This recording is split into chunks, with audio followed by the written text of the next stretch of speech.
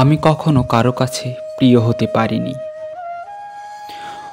পারিনি, কোনো মুখ্য মানব কারো গল্পে। ব্যর্থতায় ঢাকা জীবনের পরদে পরদে ফেলেছি চোখের জল। সে জলেই দেখেছি নিজের ব্যর্থ বিম্ব। আদৌ কোনো দরকার ছিল কি এই জন্মের? দরকার ছিল কি এই হার জিতের খেলায় নেমে বলির পাঠা হওয়ার?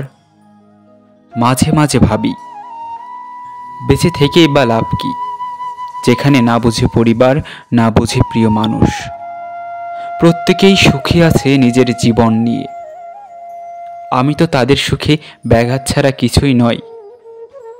মাঝে মাঝে ভাবি, আমাকে নিয়ে স্রষ্টার এই পাশা খেলার শেষ কোথায়? এই নিভু নিভু প্রদীপ জ্বালিয়ে রাখার তো কোনো দরকার নেই।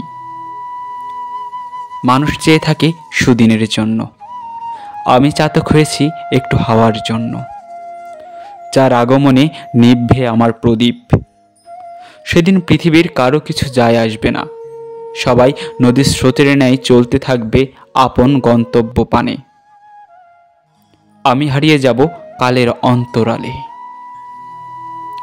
অবশ্য না পাওয়া, ব্যর্থতা, অবহেলা এসবের থেকে এটা ঢের বেশি।